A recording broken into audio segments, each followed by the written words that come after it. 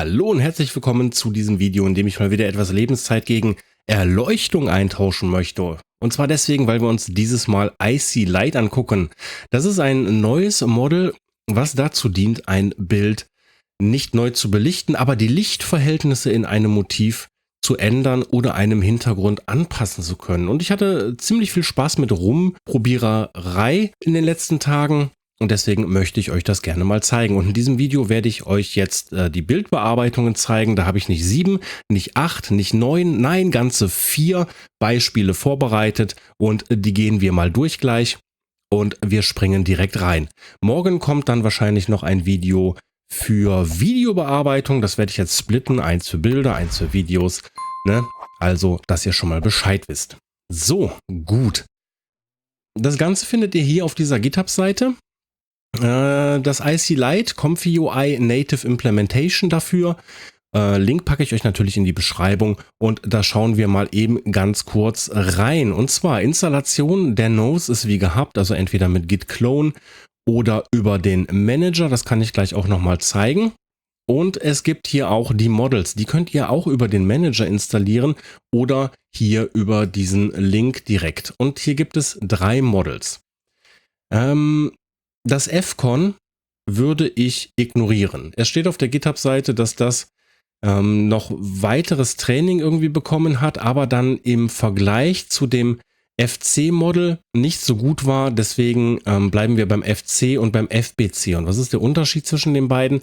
Das FC-Model ist für Foreground-Bearbeitungen, also um ein Motiv im Vordergrund zu... Ich sage einfach belichten, ja, aber belichten bedeutet in diesem Video die Lichtverhältnisse anpassen.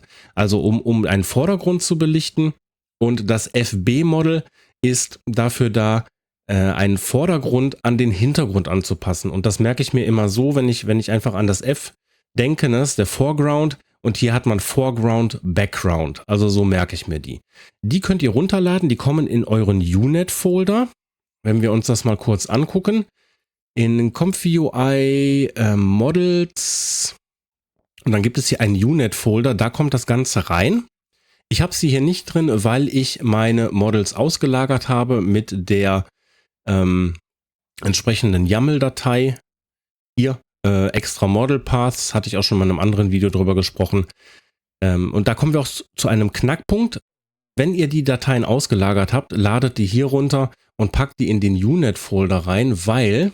Wenn ihr die im Manager ladet, dann geht das über Install Models und hier könnt ihr nach Icy Light suchen und dann seht ihr diese 3 Models. Wenn ihr hier allerdings Install drückt, dann ladet ihr euch diese Models in den Comfy UI Ordner rein, also den direkt in eurer Comfy UI Installation und nicht in den ausgelagerten Models Ordner.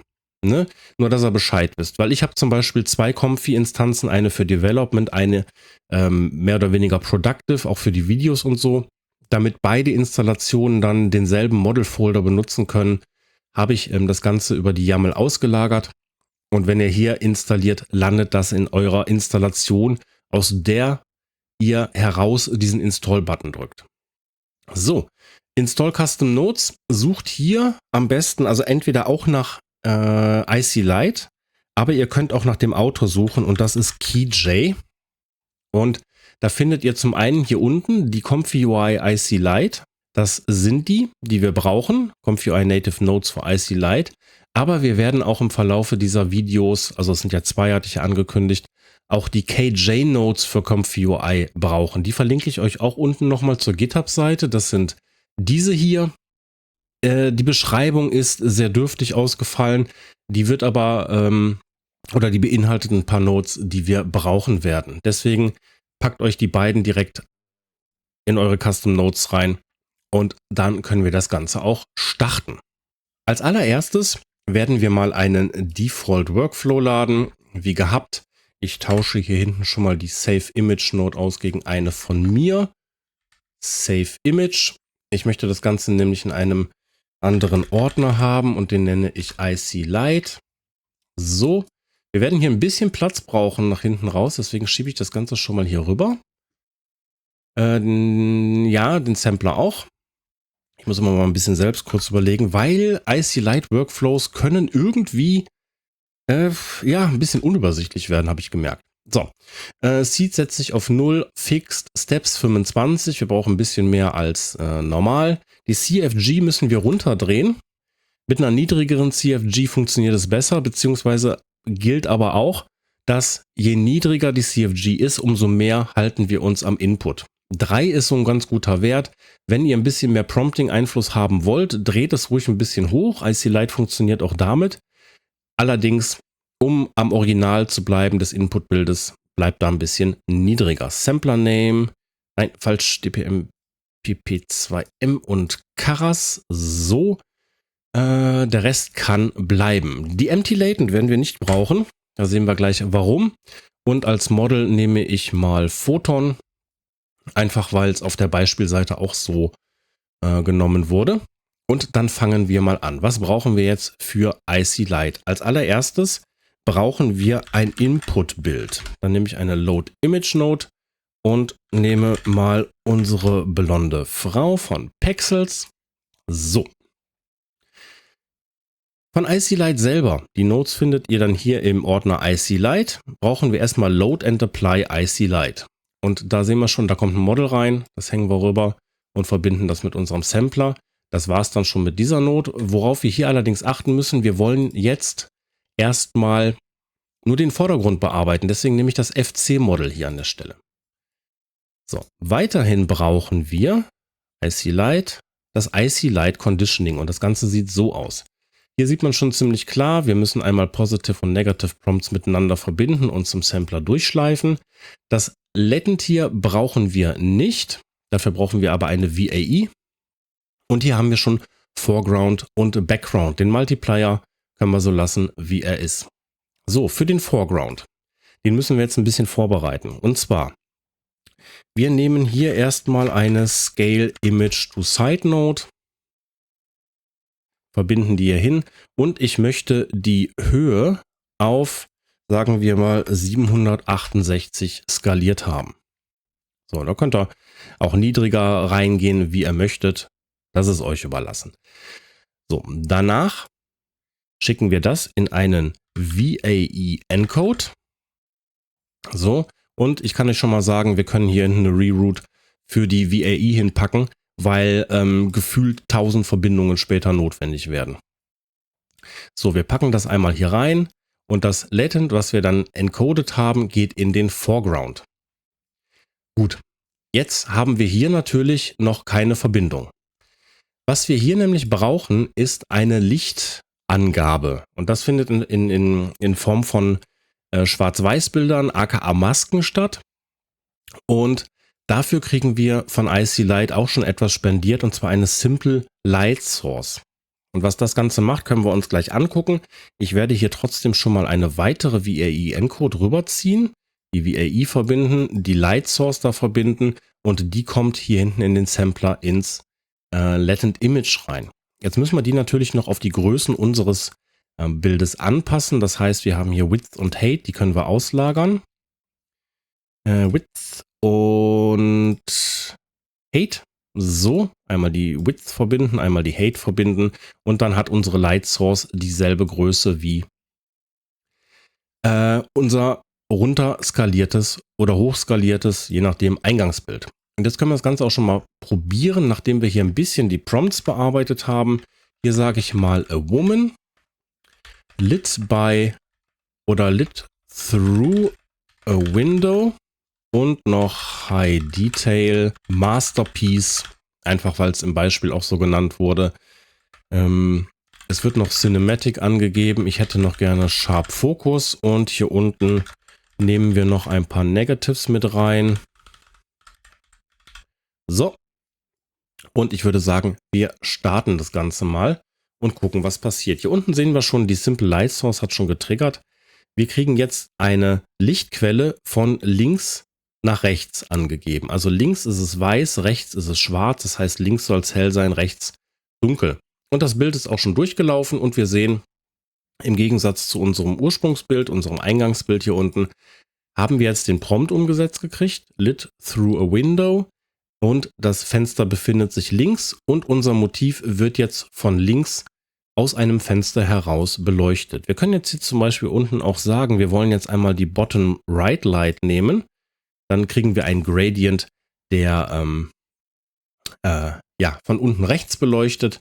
Und auch hier ist die Beleuchtung dann von unten rechts angepasst. Dasselbe natürlich auch, wenn wir jetzt mal sagen, wir wollen Top Left Light, nehmen wir mal Top Left Light.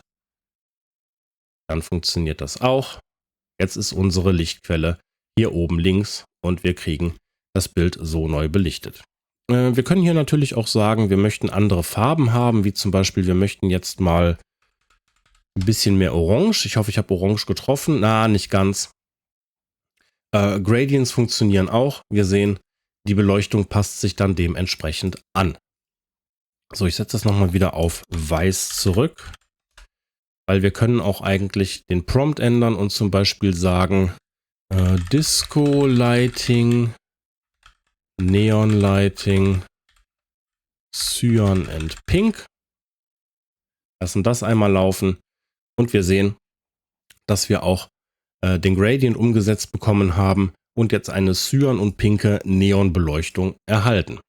So, ich setze den Prompt nochmal zurück für die weiteren Beispiele. Ich wollte noch mal kurz zeigen, dass sich die Lichtverhältnisse auch anpassen. Vielleicht muss ich den gleich auch wieder ändern, aber für jetzt nehmen wir nochmal das. So, zack, gesampelt.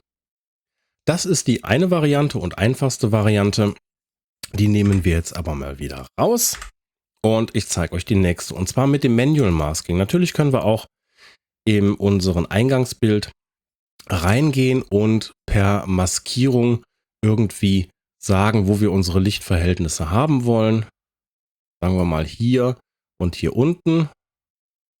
So, einfach mal dahin geschludert. Wir können in die Scale Image to Side Node die Maske auch rüberschleifen und kriegen sie dann hier hinten wieder raus. Das heißt, hier ist unsere Maske auch schon auf die richtigen Verhältnisse skaliert. Wir brauchen hier hinten ein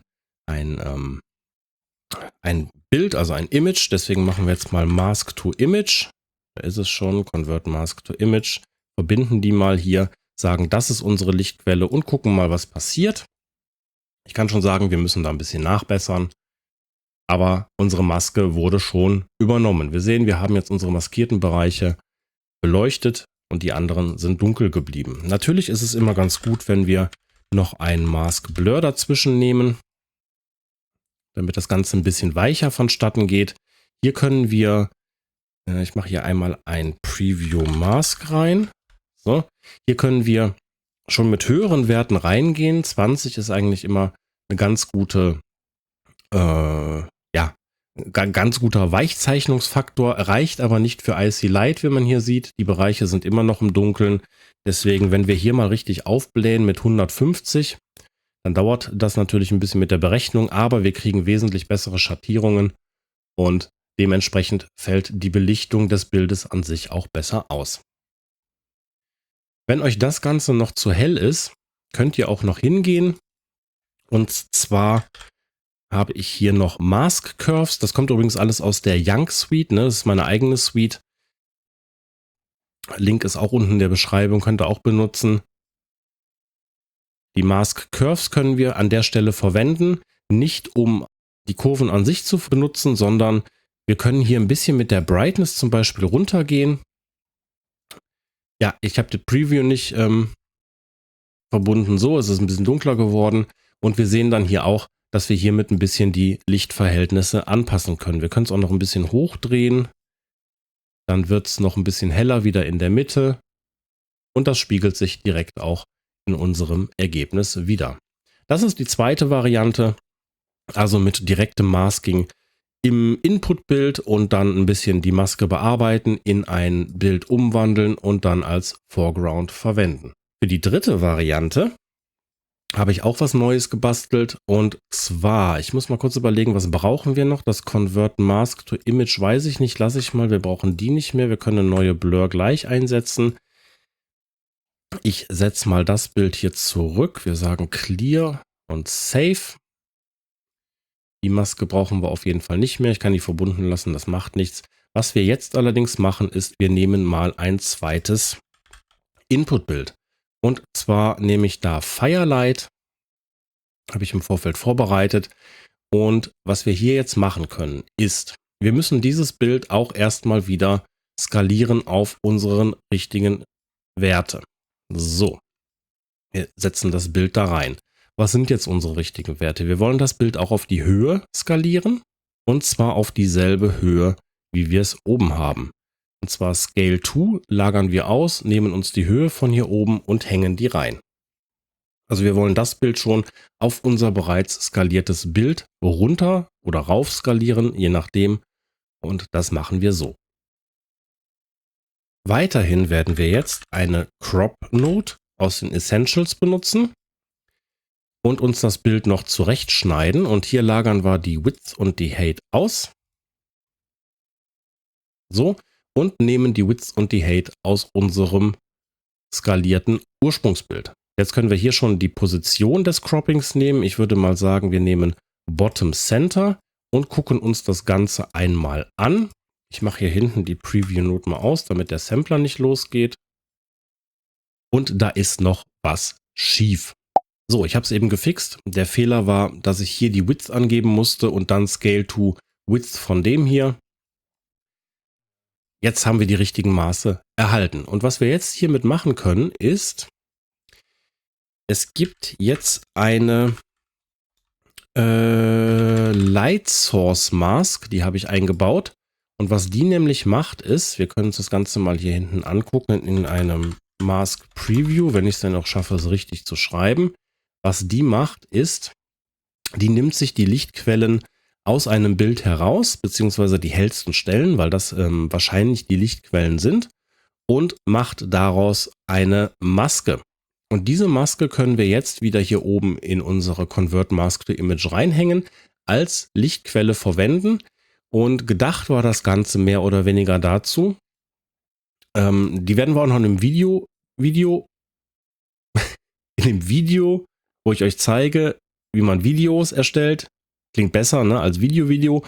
Werden wir die auch noch sehen. Aber jetzt auch und im Bildbereich ist die so ein bisschen dabei gedacht, Lichtquellen zu erzeugen, die dem entsprechen, was man eigentlich auch darstellen möchte. Also in dem Fall haben wir Feuer und deswegen werde ich jetzt hier oben den Prompt auch ändern in Lit by a Bonfire.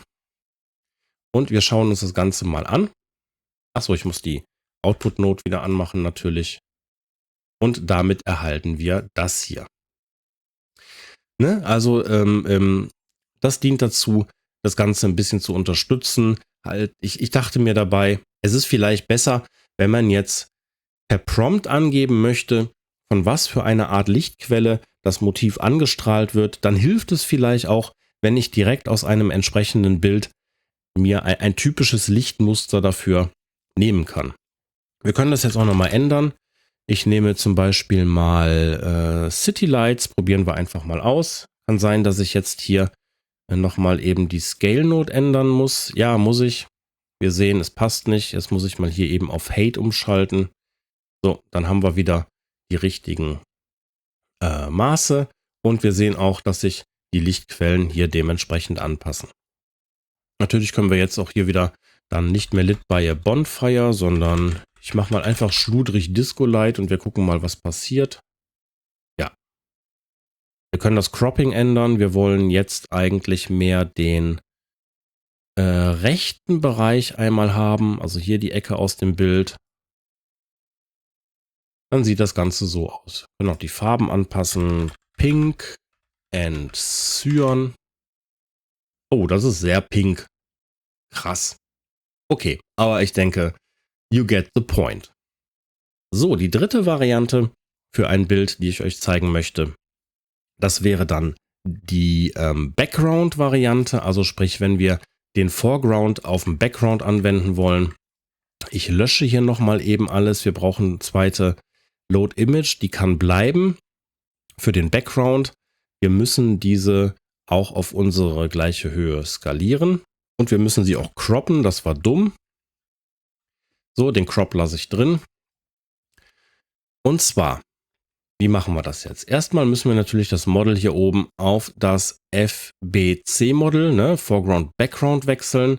Dann brauchen wir später hier noch eine zweite VAE-Encode, die hier in den Background reingeht. Deswegen habe ich gesagt, zieht euch hier schon mal so eine Reroute runter, weil ihr seht, man muss sehr viel VAE encoden. Und das Ganze sieht dann so aus, dass wir, ich gucke mal eben, ob es schon funktioniert, obwohl noch was fehlt. Unser Light fehlt. In dem Fall brauchen wir es tatsächlich auch nicht. Da können wir hier einfach ein Empty Latent nehmen. Hier oben raus. Und wir gucken schon mal, was passiert.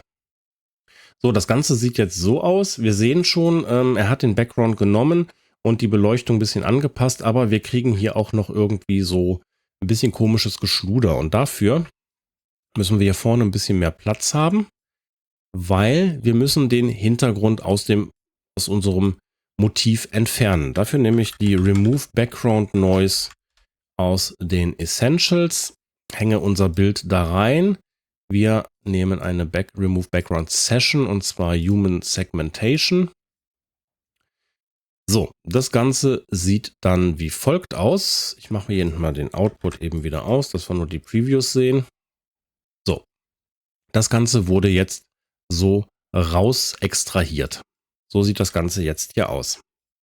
Was wir jetzt noch aus der IC Light Suite brauchen oder brauchen können, ist der Background Scaler. Und zwar hängen wir hier unser Bild mit dem entfernten Hintergrund sowie aber auch die Maske rein. Und Spoiler, hier können wir eigentlich schon mal direkt sagen, wir wollen die Maske ein bisschen blurren mit 20 Pixeln. Das wird einfach schöner dann. Vertraut mir. So, die hängen wir da rein. Und dann sieht das Ganze nämlich so aus, dass wir jetzt einen grauen Hintergrund erhalten haben mit unserem nicht gecroppten, aber Background removeden Bild. So, und das Ganze wird ab jetzt unser Foreground. Das ist diese VAE-Encode, das hängen wir hier rein. Und dann müssten wir schon bessere Ergebnisse erzielen als eben. Und natürlich muss ich die Save Node wieder anmachen, damit das Ding überhaupt losgeht. Es wird ein bisschen besser. Gut, nehmen wir mal eine andere Leitquelle. Was habe ich denn noch? Das war jetzt gerade. Nehmen wir mal die. Wir können ja einfach mal wie wild jetzt losgehen. Wir haben ja alles angepasst. Unser Workflow passt sich an. Wir sehen, dass sich unser Hauptmotiv jetzt immer ignoriert. Übrigens mal hier die mies ausgeschnittenen Haare. Das kann man sicherlich schöner machen, aber als Demo gerade reicht's. Ihr seht, es ändert sich. So, und wenn ich jetzt zum Beispiel mal Forest Firelight und da möchte ich gerne die linke Seite ausgeschnitten haben, Center Left oder Left Center. Ja, schön Feuer. Auch dann sehen wir, dass sich das Motiv der Beleuchtung anpasst. Allerdings muss ich auch sagen, das sieht man hier ganz gut. Die Ergebnisse sind manchmal nicht so schön. Ich weiß nicht, woran es liegt. Habe ich noch nicht rausgefunden. Manchmal ist es so ein bisschen, ja, wie ihr es hier seht halt. Müssen wir, glaube ich, alle nochmal rumprobieren. Wir können nochmal die CFG was runterdrehen. Dann bleibt das Originalbild ein bisschen stärker erhalten. Aber auch nicht viel. Also, ja, manchmal funktioniert es ganz gut, manchmal funktioniert es nicht so gut. Ist aber eine Variante, die man hier benutzen kann. Wir nehmen nochmal ein anderes Bild, Light Beams Through Windows. Da müssen wir irgendwie oben rechts croppen. Top right, da ist es. So, dementsprechend passt sich das Licht halt auf unserem Hauptmotiv an. Ob der Hintergrund jetzt stimmig zum Vordergrund ist, also wie hier perspektivisch komplett daneben, ist eine Sache. Allerdings, ja. Im Beispiel wird noch gezeigt, dass man auch mit Hintergrund, wie hier, noch Light Sources anwenden kann. Wir können das gerne mal probieren, wenn ich jetzt zum Beispiel sage, ich möchte hier mir wieder eine Maske reinmalen und wir sagen jetzt mal, wir möchten hier irgendwie so die obere linke Ecke verwenden. Save to Node, die Maske ist noch verbunden. Wir brauchen einen Mask to Image. So, die ziehen wir einfach mal stumpf hier rüber und ich hänge die hier rein und wir hängen das LED wieder da oben rein. Wir gucken mal eben, was sich tut. Ich finde nämlich nicht viel. Ich kann auch noch mal eine hellere Lichtquelle hier unten auswählen. Nehmen wir mal Cloudy Sky und da möchte ich Top Right, passt glaube ich eigentlich. So, ich sehe jetzt aber keinen großen Unterschied zu einem Empty LED oder zu einer Lichtquelle, die wir reinschicken. Es ändert sich ein bisschen was. Weiß ich nicht, ob das Beispiel dann hier ja so passend ist. Ne? Ja, probiert's gerne aus, sagt mir in den Kommentaren Bescheid, ob ich hier was falsch mache oder nicht. Aber im Prinzip kann ich da nicht viel falsch machen. Zu einem Empty nehmen. Wir können uns auch gerne nochmal hier die Maske angucken. Preview Image. Es müsste eigentlich reinballern, ne? Wir haben 100% und 0% an Helligkeit hier. Es tut sich aber wirklich nicht viel. So. Es ist ein bisschen dunkler geworden, ja, zugegeben. Manchmal wird auch das Denoise runtergesetzt auf 0,9. Das habe ich auch schon in Beispielen gesehen. Hilft vielleicht ein bisschen beim Überblenden. Aber viel Unterschied hat man da nicht. Es kommt darauf an, was für einen Hintergrund man sich auswählt. Vorzugsweise wird es natürlich auch ein Hintergrund sein, der irgendwie zu dem Geschehen des Hauptmotivs passt, beziehungsweise perspektivisch korrekt ist und passt. In dem Fall gehe ich jetzt hier einfach nur wie wild durch irgendwelche Beispiele durch. Nehmen wir mal Laserlights und zeige euch halt, dass es sich farblich und belichtungstechnisch schon anpasst. Also auch hier, ne, die linke Gesichtshälfte ist stärker beleuchtet aufgrund dieser Laserlights hier als die rechte.